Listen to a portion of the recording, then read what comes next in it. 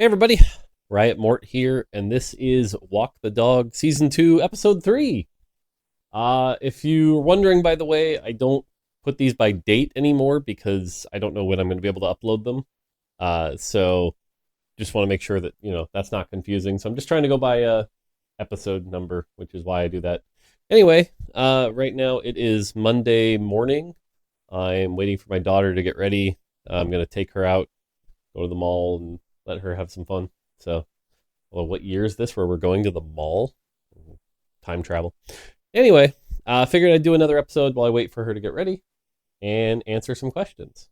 All right. First question was, I noticed there have been more abilities that have scaled with stats like MR and armor. Do we think this is an underused space? And should we be doing more of it? And the answer is kind of. I think it can be unique, but it creates these weird misunderstandings of expectations. And allow me to explain what I mean. Generally, TFT is at its best when things are really simple and intuitive. And so what I mean by that is, like, generally, what do you expect a tank to do? You expect a tank to stand there, tank, block a bunch of damage, and be a HP sponge. And you expect a damage dealer to be more fragile but do more damage, right? These are sort of the quintessential class archetypes that, from various, media throughout the years. Where it gets a little weird is if your tank is also your top damage dealer, right? Like, then you just have this one super unit that's impossible to kill. And, we've had metas like this in the past, right? Warweek was a good example of this, but really just any tanky, like Darius Drain tanking back in the day, where when the tank becomes the primary damage dealer, you sort of feel helpless because it's like, well, A, they're tanking a bunch and I can't kill them. And why this is relevant is because generally if, let's take Skarner as an example. Skarner on the current set, I believe his damage scales with armor. If I remember. Actually, Galio's an easier example, right? Galio scales with MR, and that's very thematic and it's very cool. But what it means is you are with a single item, you are scaling them on both axes, right? If you put 2 Dragon's Claws on a Galio, or actually I know Leduc was saying about Adaptive Helm, but whatever. You put items on Galio, now the Galio is not only more survivable and it's doing more damage, which is weird, right? Normally you have to make the trade-off, right? You could put a Jeweled Gauntlet on Galio, assuming he scaled with AP, or you put a tank item, right? And so when the items get to do both, it sort of double scales them in a way that isn't super healthy. And so if you do that, then what ends up happening is we're like, well, in order to make it feel like one item's worth of power, I have to scale each axis less, which means they don't actually get to be the star anyway. And so that ends up being weird. And so there's a couple examples in the set right now that I think go under the radar because of that exact reason. One of them is Rumble. Rumble is a 1 cost who scales with armor. Ain't nobody putting double Bramble on a Rumble. But if you've ever seen like a Rumble pop off, that's why. And so those scalings are pretty unintuitive. So they have to be used sparingly. And this is mostly about defensive stats, right? You mentioned armor and MR. The other one you mentioned was attack speed. And this actually led to one of the biggest blunders of set 15, which was Ashe. Ashe would scale the number of arrows with attack speed. But what that basically meant was attack speed was not only, giving the usual damage amplification through spell casts, but was also scaling the damage that those spells did, making attack speed just insanely more valuable on her than any other item to a level of degree that made it, basically just a terrible balance thing. If you put any AD on her whatsoever, you were kind of griefing, right? It was like mostly just how many attack speeds can you get on her and things like that. And so this is why I think the unique scalings are like a really cool novelty hook and they're a really interesting design space. But man, when you screw them up, it goes real bad real quick. And that's why you have to be careful. Now, obviously, the third one worth talking about is the sort of Battle Academia amp, whatever you want to call it, that marker, that individual scaler as well. And that's another neat idea, especially because it allows you to scale in different ways. But that one also has the challenge where essentially you're introducing a new multiplicative axis. And what I mean by this is generally damage has AP or attack, like AP and attack speed. Attack speed is like how quickly you can get to a cast. AP is how much damage you do. And then crit, which can multiply off of that. And then damage amp, which can multiply off that. And right, all the best builds are sort of like having a combination of the three, right? An Arcanist build where you're casting a bunch and you try to have that. Adding another axis just means that every stat is multiplicatively better on top of this. And if you don't know what multiplicatively means, generally this is just, if you do the math, 3 AP items is worse than an AP item, a crit item, and a damage amp item because they multiply instead of add flat. So that's another one where we just have to be careful when we add another multiplicative axis. So, like I said, I like them. I think they're interesting, and they definitely immediately raise your eyebrow where you're like, oh, that's kind of cool. But we have, like I said, executing them on them properly to make them not feel bad is a challenge. It's definitely a challenge. And, there's other instances too. I was just talking to Tim about this yesterday, where it's like if you don't do it right, you also end up in situations where the scaling doesn't even feel good. The Jarvan and Shyvana augment. For those who don't know, the way that one works is whenever Shyvana casts, Jarvan jumps in and deals damage equal to his armor and MR. But that doesn't actually have star scaling. So if you somehow manage to hit 4-star Jarvan, that spell doesn't do any more damage because it just scales off armor and MR. And it's not like you gain more armor and MR for scaling. So, yeah, like I said, there's just a lot of different components to think about when scaling with all these unique stats.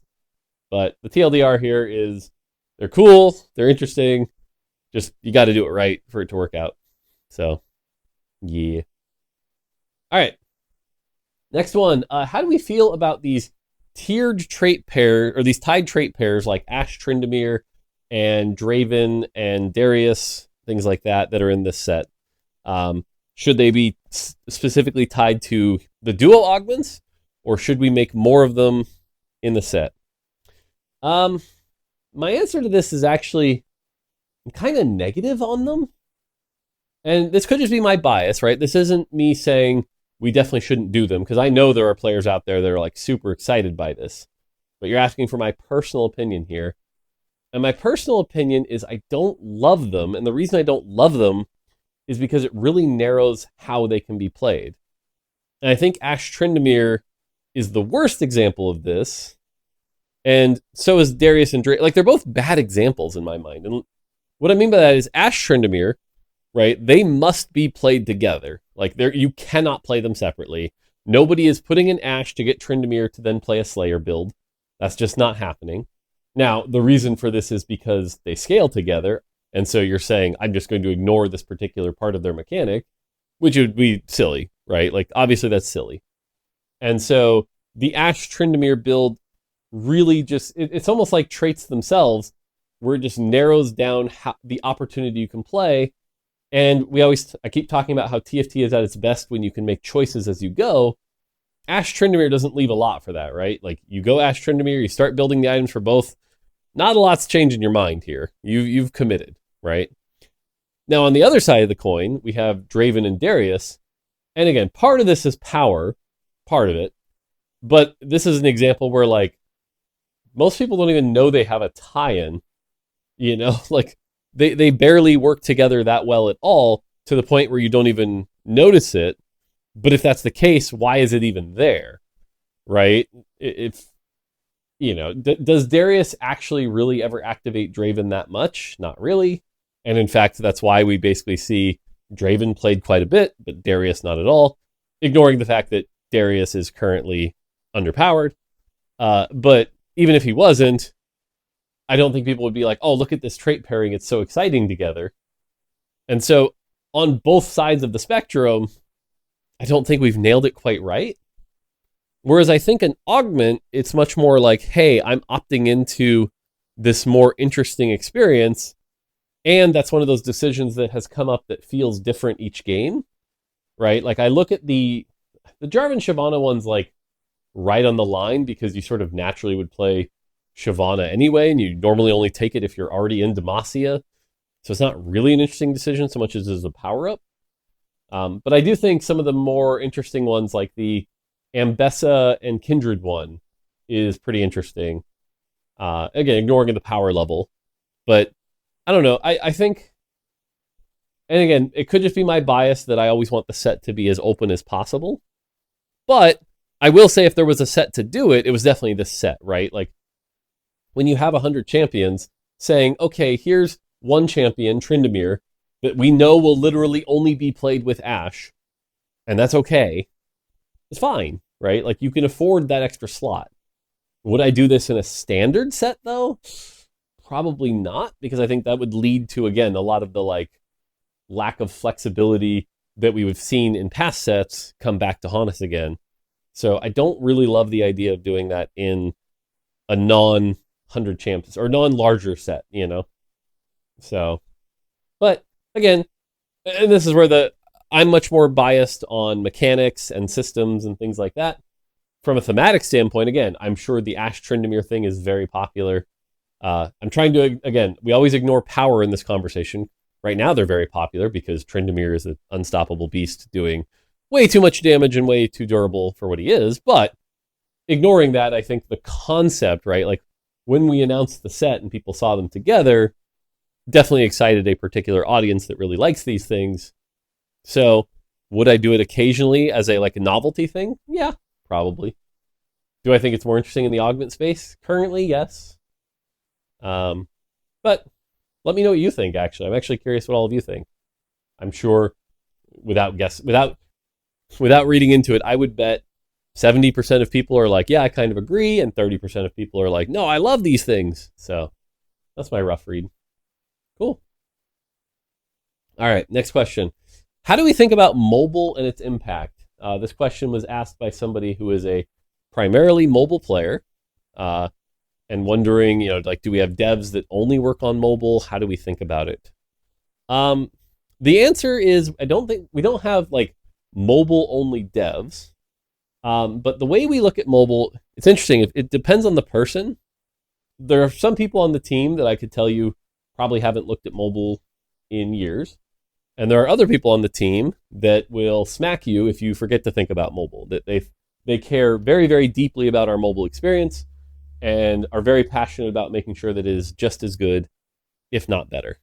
So we have a wide spectrum on the team. And what I'll say is that everything we do, we have to make sure works on mobile before it's a thing that we would even consider doing, right? So, for example, a lot of the designs for the lore finder and stuff like that were like, okay, how is this going to look on mobile? Can we make this work on mobile? Things like that. I think some of the initial UX was actually a little too complicated for mobile. Then we pulled it back to make sure it could work. But if we couldn't make it work for mobile, we wouldn't have shipped the feature, right? That is literally a blocker for us, is if this won't work on mobile, we're not doing it. So we care in that regard. But at the same time, what I'll also say is if you start getting into the semantics of well, but person A can roll down faster on PC than mobile. Yeah, it is what it is, right? We're not going to make the PC experience worse at the behest of mobile being fair, And so we have more screen real estate on PC. We will expand some of those buttons out a little bit. This is why I think the iPad version is actually the best version. But the reality is, some people will always be able to use a mouse and keyboard faster than a touchscreen. And there's really nothing we can do about that, and I'm not really too concerned with that. But beyond that, we do want to make the mobile experience just as good as the PC from an experience standpoint. So one of the long-standing pain points I know we've needed to solve for a long time is how to interact with the carousel on mobile, right? That's basically this really archaic tap to move system that's way too dated and probably should have been made better a long time ago. Then it's just a question of prioritization, right? Can we make the call to do that over the other things, right? Because sometimes that might come at the cost of a new feature, right? Do we work on the lore finder or do we work on mobile carousel experience, right? And these are the kind of decisions and trade-offs we have to make. But another example I'll tell you is like our primary gameplay UX designer, everything she does is primarily on mobile first, because mobile is the limiter, right? You have to make it work on mobile first. Then when you do, it's like, okay, now what's the PC version look like? And does it look similar? Does it look a little different? Where do we put the button? Things like that. In the Discord question, someone was asking about this. They brought up the example I've talked about before, which was the double up cannon. Why does it take a bench slot? Well, because on mobile, there's nowhere else to put it. And the mobile UX was really, really rough. And so we weren't going to, if we used any screen real estate for double up, that would be a limiter for every mode in the future, where it's like, oh, we can't add the lore finder because that's where the double up cannon button is. We can't ever use that space. So we needed a space that, existed, that we knew would always be open in the main mode. And that's where the bench came in. So again, a lot of these decisions, especially around UX, have to be thought of. 100 champions. We were like, can mobile support it? What about our low-end devices? I know right near the end, actually, there was some of our engineering team had to deal with some challenges around making sure that our lowest end mobile devices could handle the memory requirements to get 100 champions to work. And like, that was a tough thing. So again, all of this is to say, like, your question is, how is mobile taken into consideration? It's definitely thought about. It's definitely prioritized, but it is not a hard. We're not going to try to make sure that the two experiences are exactly equal at the cost of making the PC experience worse. But anything we want to do needs to be possible on mobile. That's kind of how we look at it. So, yeah. All right. Next one's a bit more of a less TFT, more general question. How do you know as a creative when the work is done, when to put the pencil down, versus when to keep trying to keep improve it? And this is a great question, because I think as I've gotten more visibility into the industry, I think a lot of people really struggle with this. I think a lot of people want to make the perfect thing.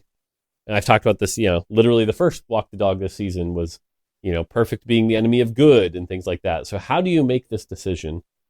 Now, the person asking this question pointed out that you also work on a live service game, and so that probably creates a limiting factor, which is true.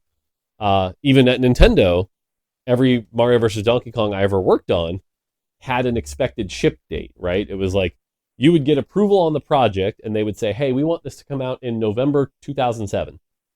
And that would be, 13 months from the time you got the approval. So you're like, okay, great. What can we do in 13 months? Let's figure that out. And I'll be honest with you, I think that's actually the secret. Now, maybe this is just how my brain works, and not everyone's brain works like this. But for me, I find that they always say constraints breed creativity.